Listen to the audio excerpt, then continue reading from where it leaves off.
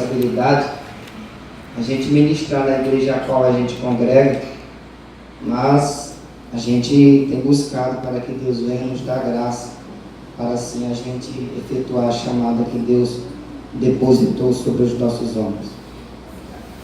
E um tema bastante propício nesses dias atuais, que é a gente trazer a presença de Deus para nossas vidas. E como foi falado aqui pelo pastor Divino, o maior prazer de Deus é a necessidade da igreja, que é o Altíssimo se relacionar com a sua criação. A gente observa isso desde o livro do Gênesis, quando na viração do dia, Deus via ter com Adão e conversava com ele. E devido ao pecado, este relacionamento, esta comunhão foi quebrada. Então, Deus, de uma forma amorosa, estratégica, ele pede Moisés, juntamente com o artesão do deserto, para construir a arca do Senhor, para que ele viesse estar perto e manifestasse a sua glória. A gente observa que aquela arca teve um grande trajeto até chegar em Quireat Jearim. A gente observa que, segundo um grande historiador judeu, muito conhecido, Flávio José, ele disse que aquela arca ela foi muito disputada por reis e imperadores. Ela é construída no deserto e o paradeiro desta arca é um grande mistério. Para alguns estudiosos, eles dizem que aquela arca está nos escombros, nas ruínas do templo de Salomão. Para outros, ela está na Etiópia. Para alguns teólogos, nos dias odiernos, nos dias atuais, ela está no santuário de Deus, fundamentado na palavra de Deus, conforme Apocalipse, capítulo 11, versículo 19, que descreve que a arca está no santuário de Deus. Mas a minha concepção é que aquela arca ela foi destruída para pegar o ouro e aproveitar, porque foi um agir de Deus no meu consentimento, para que o povo não viesse adorar aquele utensílio sagrado.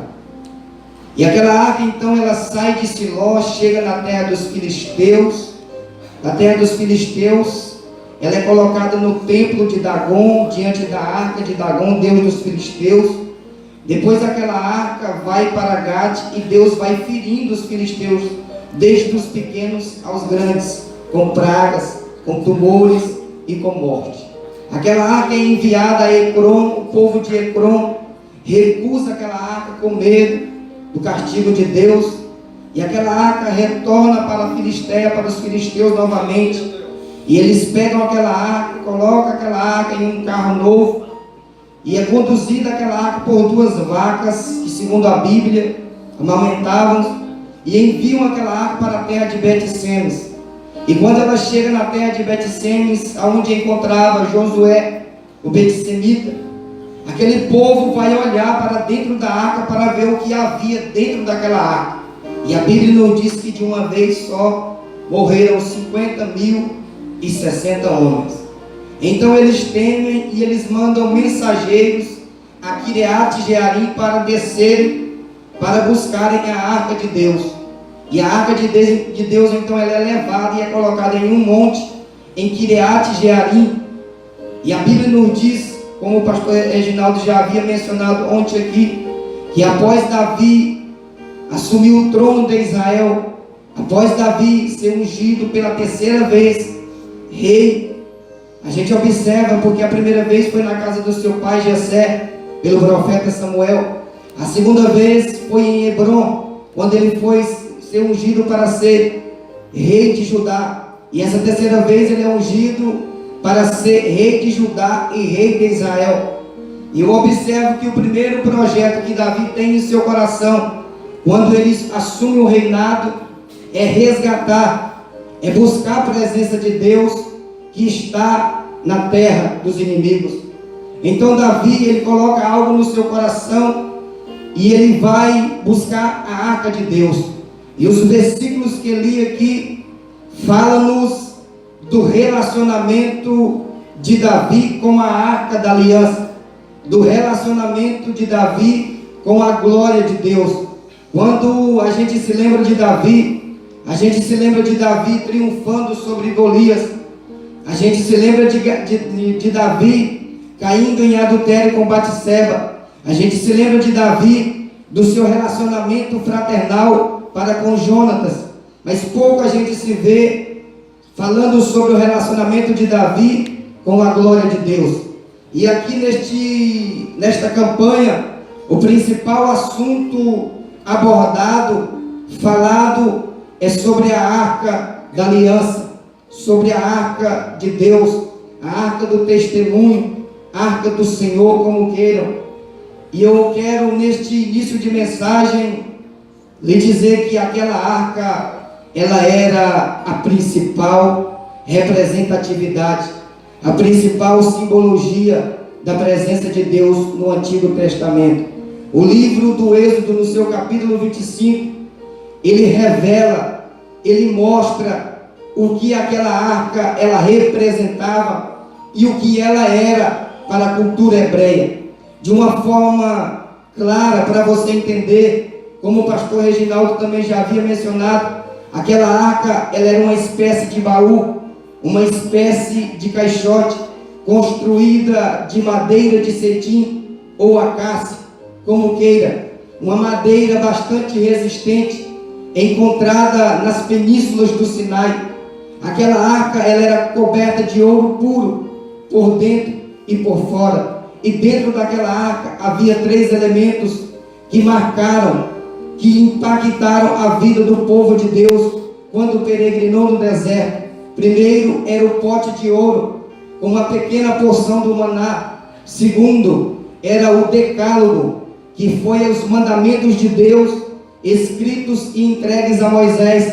Terceiro, a vara de Arão, que floresceu para a confirmação do seu ministério sacerdotal. Aqueles 3 elementos ficavam dentro da arca, guardados, protegidos, e tinha uma tampa sobre aquele caixote, chamada propiciatório, que vem de propiciação, que vem de chamar algo da parte de Deus. Mas o que me chama a atenção naquela arca eram os 2 querubins de ouro. Eles estavam anelados de frente um para o outro, com as suas asas abertas, tocando nas extremidades, formando um círculo que representava a aliança de Deus com os homens. Os querubins, eles estavam direcionando uma mensagem ao povo de Israel. E quem sabe Deus está mandando uma mensagem para mim e para ti aqui nesta noite. Os querubins estavam com as suas faces, os seus rostos voltados para dentro da arca. O que eles estavam dizendo é: se vocês observarem os mandamentos, a palavra de Deus, vai ter providência, vai ter maná sobre a tua casa, sobre a tua família, e o teu ministério ele vai ser confirmado e ele vai ser frutífero. Quem já recebe esta palavra no introito, na introdução desta mensagem, pode glorificar a Deus? Oh, glória a Deus! Quando aquela arca ela é concluída, Deus verbaliza uma palavra para Moisés, dizendo: Moisés, esta arca será o meu trono, será o meu assento. Aonde esta arca estiver, a minha presença vai estar. Eu acho algo interessante, irmãos, que Davi, ele faz uma consulta bíblica, ele faz uma convocação e ele faz 2 procissões. Ele realiza 2 tentativas em trazer a arca para Jerusalém. A primeira foi a que lemos, foi uma tentativa frustrante, uma tentativa errada da parte de Davi. Por quê, irmão Adão? Porque Davi, ele sabia que não poderia colocar aquela arca em carro novo e muito menos de boi. Carro novo fala de inovações, coisas novas, e não se traz a presença de Deus com inovações, se atrai a presença de Deus com renovação de mente, renovação de entendimento. E os bois falam de carnalidade. Nós sabemos, irmãos, como igreja do Senhor, que carnalidade não atrai, não chama a presença de Deus. E essa tentativa de Davi errada ocasionou a morte do filho do sacerdote, a morte de Uzá. E foi uma sucessão de falhas que Davi cometeu nesta primeira vez em trazer a arca de Deus. E o filho do sacerdote morre. E eu me perguntando por que Davi estava trazendo a arca daquela forma. Talvez você também deva ter se perguntado por que Davi estava levando, se ele sabia que não poderia. Davi, ele estava querendo chegar mais rápido, porque os bois andam mais rápido do que o ser humano.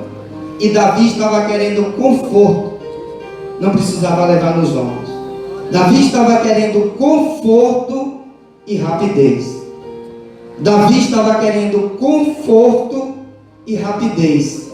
Irmãos, conforto e rapidez relacionado ao mundo secular é muito bom, é bom demais. Mas quando se trata de vida ministerial, quando se trata de vida espiritual, quando se trata de chamada de Deus, você pode desconfiar do conforto e pode temer as facilidades. O conselho que eu te dou nesta noite, nesta manhã aqui, impulsionado pelo Espírito Santo, é melhor você começar difícil para um dia terminar fácil, do que você escolher as facilidades deste mundo, se enrolar e terminar difícil. Levante a tua mão, que diz, como diz o pastor Eudes, esta é uma semana profética. E o pastor Divino também nos ensinou que nós devemos profetizar. E eu quero profetizar sobre a tua vida. Aceite o tempo de Deus. Aceite a forma que Deus trabalha na tua vida, no teu ministério, na tua casa, porque eu quero te dizer algo nesta manhã, e fundamentado na palavra de Deus. Eclesiastes capítulo 3, versículo 1: tudo tem o seu tempo determinado, e há um tempo para todo propósito debaixo do céu. O que eu quero te dizer nesta manhã é: o relógio da providência divina, ele não anda nem adiantado nem atrasado. No momento certo o teu milagre vai acontecer, no momento certo a porta vai se abrir. Então permaneça na presença de Deus.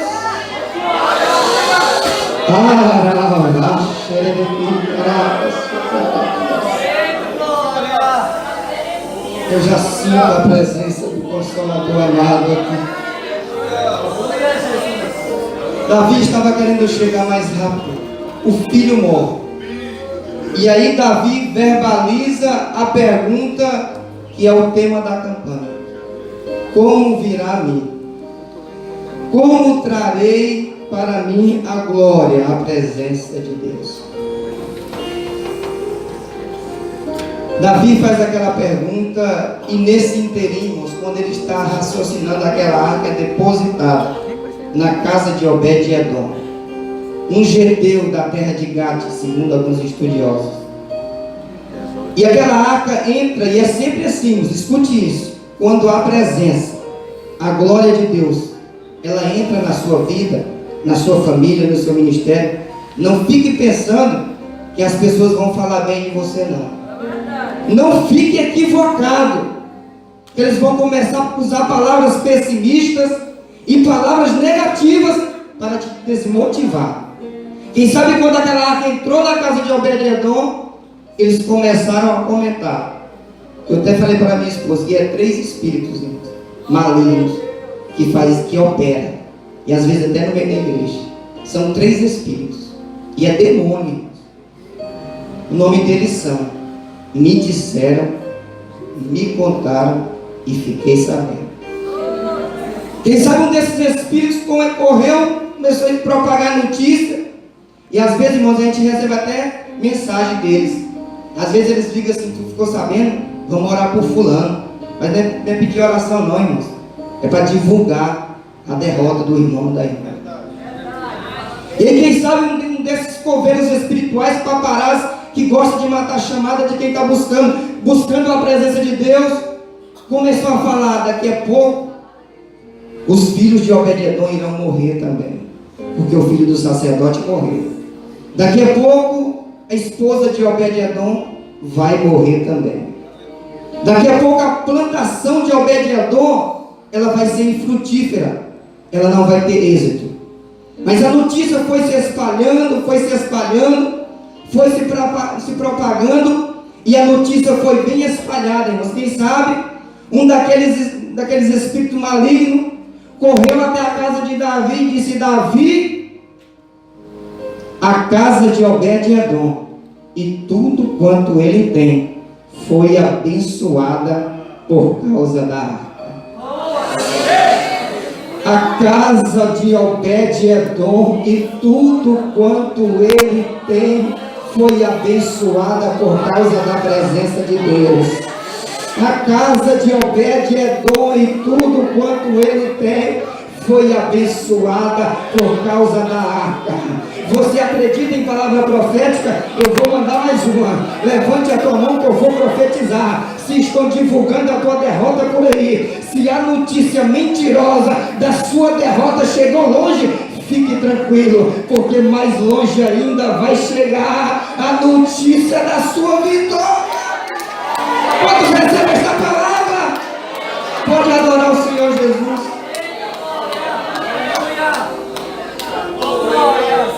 Oh, aleluia.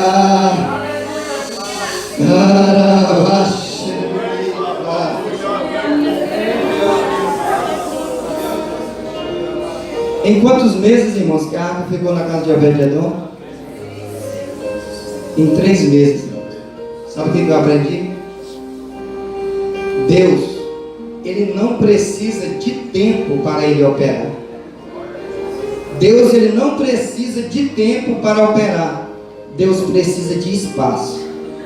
Se tiver espaço na sua vida, na sua casa, no seu ministério, na sua chamada, nos teus projetos, Ele vai operar. Ele não precisa de 3 meses. Se você tiver a presença dEle na tua vida, em um dia Ele vai fazer um milagre. Quem está entendendo isso aqui, irmãos? Quem está entendendo esta palavra? Glória a Ele.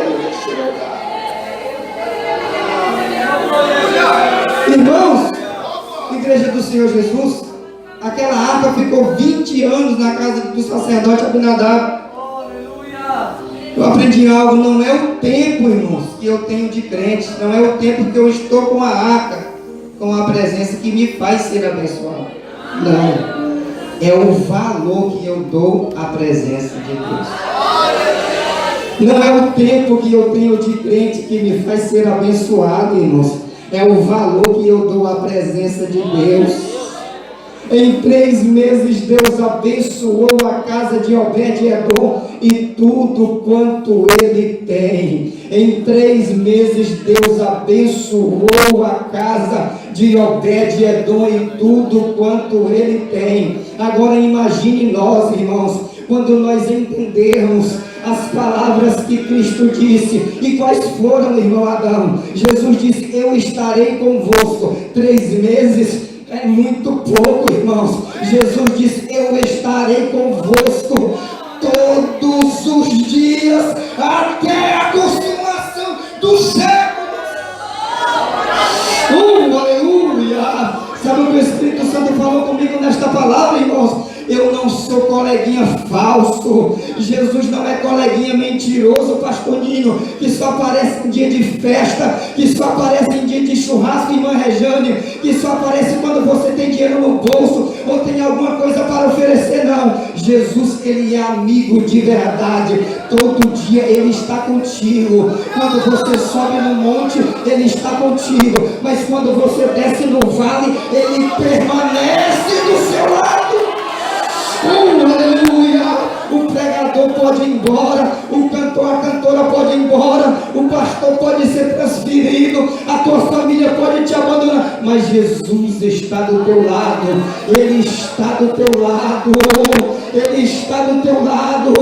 Foi Jesus quem disse, Evangelho João, capítulo 14, versículo 23: aquele que me ama guardará a minha palavra, e meu Pai o amará, e nós viremos para Ele e faremos nele morada. E faremos nele morada. Irmãos, essa palavra morada, o significado desta palavra é residência permanente. O significado desta palavra morada é residência permanente. Sabe o que é isso, irmãos? Jesus não veio alugar a sua vida. Jesus não veio alugar a tua casa. Ele comprou com sangue derramado na cruz do Calvário e ele resolveu morar para sempre. Oh, aleluia! Quem recebe esta palavra?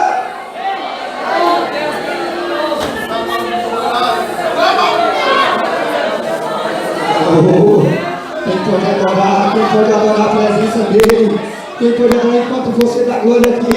Deus visita a tua casa.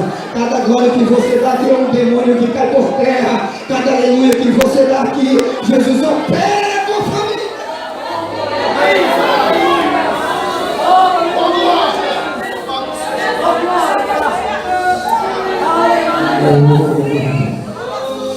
Eita, que faz, que fogo, que leve. Eita, churi, cantará, xeras. E você que está sentindo a presença dele aqui, sinta a presença dele aí. Sinta a presença dele aí. Os obreiros aqui no altar, sinta a presença dele aí. Sinta a presença dele aí. Sinta a presença dele aí. Sinta a presença dele aí. Deus tem contemplado as tuas orações. Deus tem contemplado as tuas ofertas. E o desejo do teu coração será atendido em nome de Jesus. Quem pode adorar? Quem pode adorar? Mas o relógio ali não para. Em 3 meses. Mas eu preciso te dizer algo. Como eu falei, 20 anos em Kiriat Jearim. Em um monte essa arca ficou. E em 3 meses ela ficou na casa do GT Obed-Edom. Eu fiquei me perguntando, mas como assim? Lá a Bíblia não revela nenhum milagre na casa do sacerdote. A Bíblia não menciona nenhum milagre. Mas na casa de Obed-Edom a Bíblia fala que abençoou tudo quanto ele tinha. Até cachorro, irmão. Se tivesse cachorro, tinha sido abençoado. E o que é isso? Deus vai com jeito de um, vai com jeito de outro. Deus gosta de uns que roda mais, de outros que não rodam. Deus gosta de uns que gritam, de outros que pulam. Deus gosta de um, de outros não, irmãos. Isso aqui Deus falou comigo forte. É o perigo do tempo. Atente isso que eu vou te falar. É o perigo do tempo, porque o tempo, irmãos, ele está vinculado a você se acostumar com aquilo que é sagrado, com aquilo que é valioso. O tempo, ele é bom, irmãos, mas se for demasiado, desconfie, porque ele vai prejudicar. O tempo, ele amadurece um fruto, como também ele apodrece um fruto. O tempo tem o poder de tornar as coisas sobrenaturais em coisas normais. O tempo tem o poder, pregador Jonilson, de tornar as coisas especiais em coisas comuns. Quando aquela arca, quem sabe, entrou na casa do sacerdote, ele sabia que ali era a presença de Deus. Ele reverenciava, tinha temor. E o tempo foi passando, ele não se atentou a isso. E eu estou te dando essa palavra de despertamento para você se atentar ao tempo. Não se acostumar com o sagrado. Não se acostumar com a presença de Deus.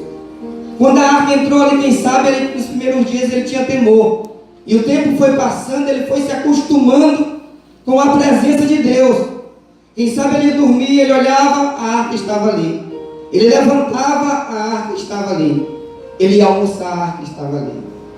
A sua esposa gerou seus filhos, quem sabe seus filhos cresceram, vendo aquela arca ali. É tanto que nós observamos a comprovação que o filho acostumou a usar. Significado de poder foi segurar a arca.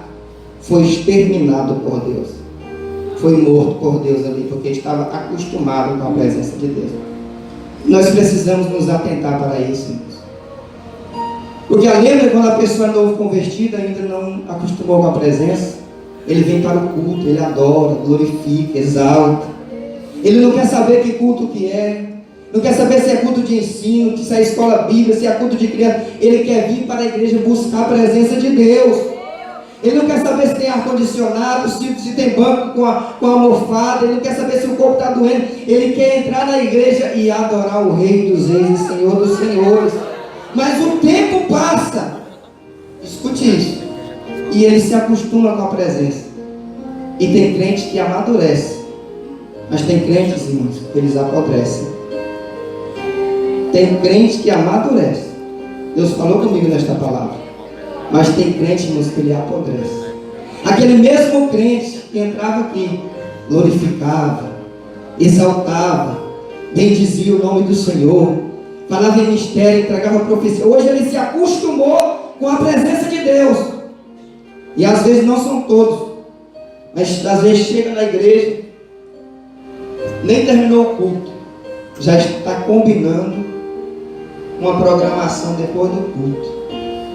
Faz do culto um lugar de entretenimento, faz do culto um lugar de lazer, faz do culto uma reunião para colocar o papo em dia, porque se acostumou com a presença de Deus, porque se acostumou com o sagrado, e esquece, irmãos, fazendo do culto um lugar de lazer, e se esquece que culto não é lugar de lazer, que culto é campo de batalha. Que culto é lugar de você batalhar pela tua família, pelo teu ministério, pela tua vida. Você acredita em palavra? Então levante que eu vou mandar mais uma palavra da parte de Deus. Eu profetizo sobre a tua vida que o fogo, que a oração vai arder sobre o altar e não se apagará. Quem recebe esta palavra pode glorificar o nome do Senhor. Eu já estou caminhando para o encerramento. Valorize a presença de Deus. Valorize a presença de Deus. Não queira transferir a responsabilidade, a presença que está sobre você para outros, né? Como fez Davi. Davi pegou, irmãos, a arca e colocou no carro de bois. Por que ele fez isso?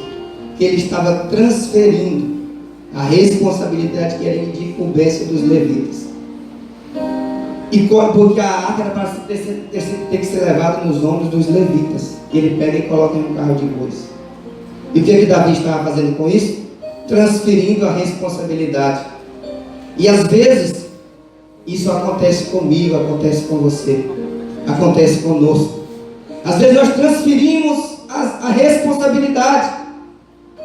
Porque às vezes, nós queremos levar a arca, ter a arca perto da gente, ter a arca com a gente.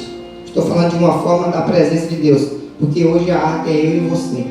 Mas às vezes nós queremos ter a presença de Deus, mas às vezes nós transferimos a responsabilidade.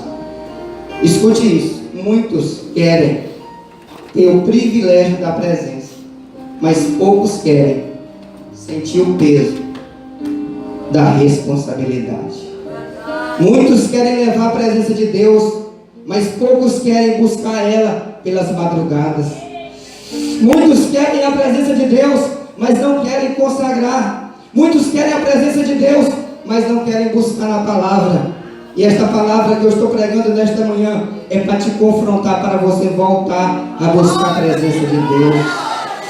É para você rever os teus conceitos. Porque tem lutas, tem as adversidades na tua vida, na tua casa, na tua família, que você só vai vencer descendo na presença de Deus. Então, leve a presença de Deus de forma coerente. Quem aqui se lembra do tabernáculo? Quando Deus pediu Moisés para construir aquele tabernáculo, as peças dele era para ser levado por uma tribo. Qual era a tribo? Igreja. Qual era a tribo de igreja? Levi. Mas permita-me te falar algo nesta manhã. Talvez você não sabia. A tribo de Levi, ela era dividida em 3 principais famílias, que eram os Meraritas, os Gersonitas e os Coatitas. Quando Deus estava dialogando, conversando com Moisés, ele disse: Moisés, para a família dos Meraritas, você vai dar tantos carros e tantos bois para levarem as peças do tabernáculo. Mas para a família dos Gersonitas, você vai dar tantos carros e tantos bois para levarem as peças do tabernáculo. Mas para a família dos Coatitas, você não vai dar nada, porque sobre eles estará a responsabilidade de levar a arca do testemunho. Sobre eles estará a responsabilidade de levar a glória de Deus. Agora você imagina comigo a situação no deserto, porque o tabernáculo ele era portátil. O pastor Reginaldo falou ontem, ele era móvel. Ele era desmontado de um lugar e ia para outro. Aí você imagina a cena: os coatitas levando aquela arca nos ombros, que segundo os estudiosos pesava 280 quilos aproximadamente. Eles estavam levando aquela arca nos ombros pesada, e quem sabe eles levando, sofrendo, gemendo, e tinha que acordar mais cedo, irmãos, porque senão não chegava no lugar onde eles. Porque quem leva a presença de Deus, irmão, se você quiser levar a presença de Deus, você tem que acordar mais cedo.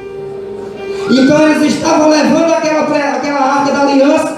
Quem sabe os Meraritas olhavam para eles e diziam: coitado de vocês, vocês estão sofrendo, gemendo, levando esta arca pesada. E quem sabe do outro lado também os Gersonitas zombavam, porque sempre tem aqueles irmãos que vão zombar de você quando você estiver levando a presença de Deus. Quem sabe eles criticavam: vocês não vão dar conta de levar essa arca pesada.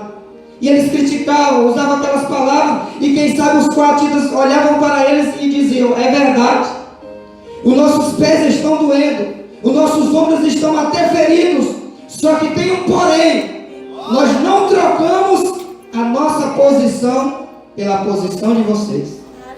Mas quem sabe eles olhavam e diziam: mas como assim? Nós não fizemos esforço nenhum, nós não estamos sofrendo, e nós estamos aqui no bem bom, e vocês estão sofrendo, gemendo, acordando cedo. Mas quem sabe eles olhavam para os Meraritas e diziam assim: nós estamos sofrendo, levando esta arca pesada, nós estamos gemendo, nós estamos acordando cedo, só que tem um negócio: somente nós temos o privilégio de levar a presença de Deus nessa terra. Quem está entendendo isso aqui, irmãos? Quem está entendendo isso aqui? Cadê aqueles que vieram aqui para levar a presença de Deus? Levante a tua mão que eu vou profetizar hoje. Eu quero ser profeta para a sua vida. Haja o que houver, venha o que vier, você não vai parar. Vou falar mais uma vez: haja o que houver, venha o que vier, você não vai, porque você foi escolhido, você foi escolhida para ser portador, para ser portadora da presença de Deus dessa terra. Cadê aqueles que estão aqui para ser portador da presença de Deus? Oh, aleluia! Oh, maravilha! E quando o filho do sacerdote morre, Davi agora faz uma reanálise. Na primeira vez ele fez uma consulta aos líderes, faz uma convocação e realiza uma procissão. Agora Davi faz uma consulta bíblica, faz uma convocação, realiza uma procissão, um cortejo, e agora a presença de Deus se manifesta. A Bíblia diz que Davi dava 6 passos, parava e sacrificava. Os levitas levando a arca, já estou encerrando. Os levitas levando a arca, dava 6 passos, parava e sacrificava. Quem sabe alguém poderia olhar para Davi e dizer assim: Davi, vai demorar demais, porque daqui, da casa de Obed-edom a Jerusalém dá 6 quilômetros. Davi, vai demorar demais. Quem sabe Davi olhava assim: a primeira vez eu estava apressado, quebrei a cara. A Primeira vez eu estava agoniado demais, nem diz o maranhense. Quebrei a cara. E quem sabe Davi diz assim: agora o importante não vai ser a velocidade. O importante é se eu estou com a presença de Deus e estou na direção certa. O importante não é a velocidade, é se eu estou com Deus no meu ministério e eu estou na direção certa. O importante não é quando eu vou chegar, o importante é como eu vou chegar. O importante é como eu vou chegar. Eu vou chegar com vida, eu vou chegar com a presença de Deus. Quantos recebem a presença de Deus aí? Quantos recebem a presença do Espírito Santo de Deus? Davi, ele tira as roupas de rei e veste uma roupa de sacerdote. O rei, irmãos, ele tem o cetro para mandar. E por que Davi tirou as roupas de rei e vestiu uma roupa estola sacerdotal? Porque Davi sabia de algo tão maravilhoso. Porque o sacerdote, escute isso, ele estudava 30 anos para servir ao povo, servir a Deus e a todos que estavam à sua volta. Davi tira uma roupa de quem mandava e vestiu uma roupa de quem queria servir. Davi tirou uma roupa de quem mandava e vestiu uma roupa de quem servia. Sabe o que é isso, irmãos? Daquelas portas para cá, até quem manda serve. Daquelas portas para cá, irmãos, até quem manda serve. Lá fora eu posso até ser um advogado bem conceituado. Lá fora eu posso ser um empresário renomado. Lá fora eu posso ser um professor bem requisitado. Mas daquelas portas para cá, eu sou servo.